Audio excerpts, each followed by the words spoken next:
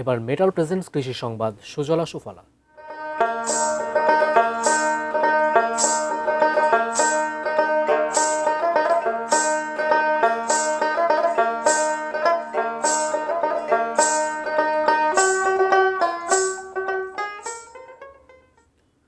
পড়ালেখার পাশাপাশি কুমিল্লা বিশ্ববিদ্যালয়ের এক শিক্ষার্থী গড়ে তুলেছেন সমন্বিত কৃষি খামার। নিজে স্বাবলম্বী হওয়ার পাশাপাশি তার খামারে কর্মসংস্থান হয়েছে অন্তত ১৬ জন বেকার যুবকের। কুমিল্লা প্রতিনিধি হুমায়ুন কবির জীবনের পাঠানো তথ্যচিত্রে ডেস্ক রিপোর্ট।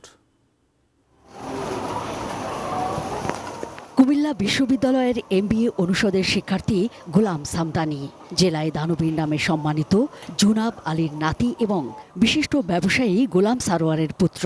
লেখাপড়ার পাশাপাশি ধনাঢ্য পরিবারের এই সন্তান বুড়িচংয়ের নিমসার শিকারপুর গ্রামে গড়ে তুলেছেন সমন্বিত কৃষি ও পোল্ট্রি খামার।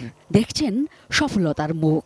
এই ডিমগুলা ঠিকঠাক মতন পারে বা ঠিকঠাক মতন আসে, আমাদের ঠিক অনেক ভালো লাগে। তো ৫,০০০ ৫,৫০০-এর মতন ডিম দেয়। তো আমাদের খামারি এখন আল্লাহর রহমতে লাভবান আছে। বাবার কাছ থেকে প্রাথমিক পুঁজি এবং মাত্র ১,৫০০ মুরগি নিয়ে যাত্রা শুরু। বর্তমানে সামদানির খামারে রয়েছে ৬,০০০-এরও বেশি মুরগি। পাশাপাশি কৃষি, দুগ্ধ ও মৎস্য খাতেও সম্প্রসারণ করেছেন খামার। ১৫০০ দিয়ে শুরু করে এখন ৬,০০০-এ আসি। আরও পিছনে আরও মুরগির জায়গা করা হইতেছে, আরও প্রায় ১০,০০০ মুরগির জায়গা করা হচ্ছে। প্রথমে একাই শুরু করছিলাম ২-১ জন নিয়ে, এখন কর্মসংস্থানেরও জায়গা হচ্ছে আস্তে আস্তে। এখানে প্রায় ১৫-১৬ জন কাজ করতেছে। সামদানির মতো তরুণ কৃষি উদ্যোক্তাদের অনুপ্রাণিত করতে সব ধরনের সহযোগিতা করতে চায় কৃষি দপ্তর। কৃষি, তারপর পোলট্রি, ফিশ, ৩টা বিষয় নিয়েই কাজ করছে।